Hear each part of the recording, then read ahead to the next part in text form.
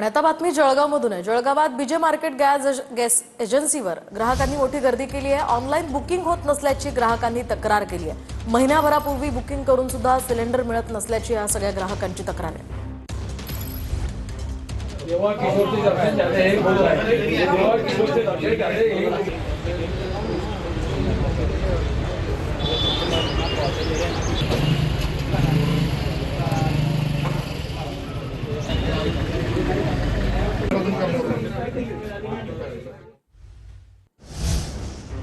आता जाऊयात रत्नागिरीमध्ये सुद्धा व्यावसायिक सिलेंडरच्या पुरवठ्यावर निर्बंध घालण्यात आले। मात्र जे अत्यावश्यक सेवेमध्ये आहेत त्यांना गॅस हवा असल्यास आता अर्ज द्यावा लागणार आहे। हॉस्पिटल्स, वसतिगृह, शालेय पोषण आहार शिजवणाऱ्या संस्था, वेदपाठ शाळा, शिक्षण संस्था, संरक्षण क्षेत्राचा यामध्ये समावेश करण्यात आलाय। संस्थेच्या लेटर हेडवर अर्ज केल्यानंतर त्यांना आता व्यावसायिक सिलेंडर देण्यात येणार आहे। युद्धजन्य परिस्थितीमुळे सध्या व्यावसायिक सिलेंडरच्या पुरवठ्यावरती या ठिकाणी निर्बंध आलेले पाहायला मिळत आहेत आणि त्याच अनुषंगानं सध्या अत्यावश्यक सेवेमधल्या व्यक्तींना किंवा संस्थांना आता एक अर्ज करून हे व्यावसायिक सिलेंडर या ठिकाणी घेता येणार आहेत। आपण सध्या रत्नागिरी गॅस एजन्सीच्या ठिकाणी आलेलो आहोत आणि या ठिकाणी सुद्धा ज्या सार्वजनिक अत्यावश्यक सेवा आहेत अशांनाच या ठिकाणी व्यावसायिक सिलेंडर दिले जाणार आहे। नेमकं काय सांगाल, अत्यावश्यक सेवा मधल्या व्यक्तींना कुठल्या अशा व्यक्ती आहेत की त्यांना हा व्यावसायिक गॅस सिलेंडर मिळू शकतो अर्जाद्वारे? ओके, काल झालेल्या कलेक्टर ऑफिसच्या मीटिंग्स प्रमाणे आणि जे केंद्र सरकारचे जे नवीन ऑर्डर्स आपल्याला जारी करण्यात आले आहेत त्या अनुषंगाने आपल्याला सर्व हॉस्पिटल्स, बोथ प्रायव्हेट ॲज वेल ॲज गव्हर्नमेंट, त्यानंतर सर्व शैक्षणिक संस्था ज्यांना सिलेंडरची गरज आहे लॅबसाठी वगैरे, इमर्जन्सी सर्व्हिसेसमध्ये ज्या सगळ्या सर्व्हिसेस मोडतात त्या सगळ्या संस्थांना, क्रेमॅटोरियम आपल्याकडे हे रत्नागिरीमध्ये नाही आहे पण अनेक ठिकाणी जिथे बॉडी क्रिमेट केली जाते किंवा दहन केली जाते अशा सर्व्हिसेस आहेत। आणि लास्टली डिफेन्स सर्व्हिसेस जे आहेत तर अशा सगळ्या संस्थांनी आपल्याला एक त्यांच्या लेटर हेडवरती त्यांची मंथली रिक्वायरमेंट किती आहे ते मेन्शन करून त्यांचे साईन सील करून आपल्याला लेटर्स द्यायचे। तर अशा पद्धतीने आपल्याला कमर्शियल सिलेंडर्स फक्त त्यांनाच देता येतील। हॉटेल्स, टुरिझम सेक्टर ह्या सगळ्याच्या सोडून कुठलेही सिलेंडर्स आपल्याला वितरण करता येणार नाही। कॅमेरामन समित गजनेसह मनोज लेले, TV9 मराठी, रत्नागिरी।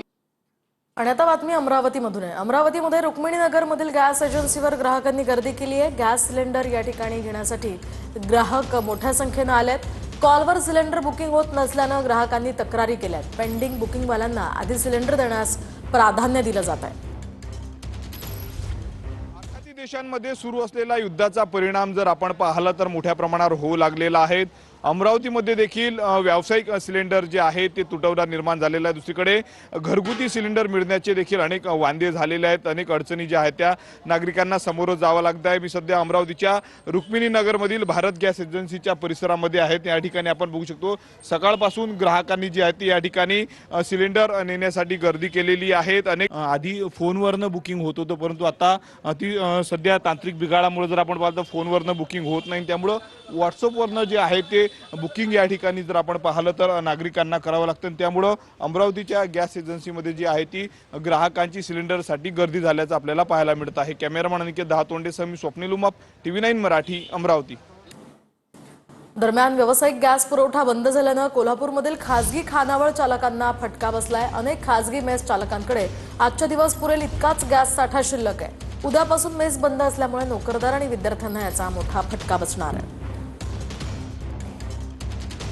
कोल्हापूर जिल्हा प्रशासनानं व्यावसायिक गॅस पुरवठा पूर्णपणे बंद केलेला आहे आणि याचा फटका आता खाजगी मेस चालकांना देखील बसणार आहे। कारण खाजगी मेस चालकांकडे आजच्या दिवस पुरेल इतकाच गॅसचा साठा आहे आणि त्यानंतर मात्र हे सगळे खाजगी मेस आहेत ते त्यांना बंद करावे लागणार आहेत आणि याचा फटका जो आहे तो विद्यार्थ्यांना देखील सहन करावा लागणार आहे। आपण जर बघितलं तर आता मी आहे कोल्हापुरातल्या एका मेसमध्ये, खाजगी मेसमध्ये, आणि इथली दृश्य आपण बघू शकतो। यांच्याकडं थोडासाच गॅस साठा जो आहे तो आपल्याकडे बघायला मिळतो। काय नेमकी या मेसच्या गॅस साठ्याची परिस्थिती आहे आपण जाणून घेऊयात इथल्या मेस चालकांकडून।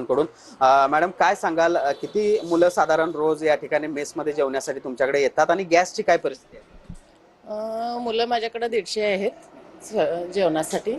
मेस माझी 2 वर्षापासून चालू आहे, तर असा प्रॉब्लेम कधी आजपर्यंत आला नाही। पण आज मोठाच असा प्रॉब्लेम असल्यासारखं वाटायला लागले कारण शेवटचं सिलेंडर जोडलेलं आहे। उद्यापासून स्वयंपाक कशावर करायचा हा मोठा प्रश्न आहे। सुनील काटकरचं, भूषण पाटील, TV9 मराठी, कोल्हापूर।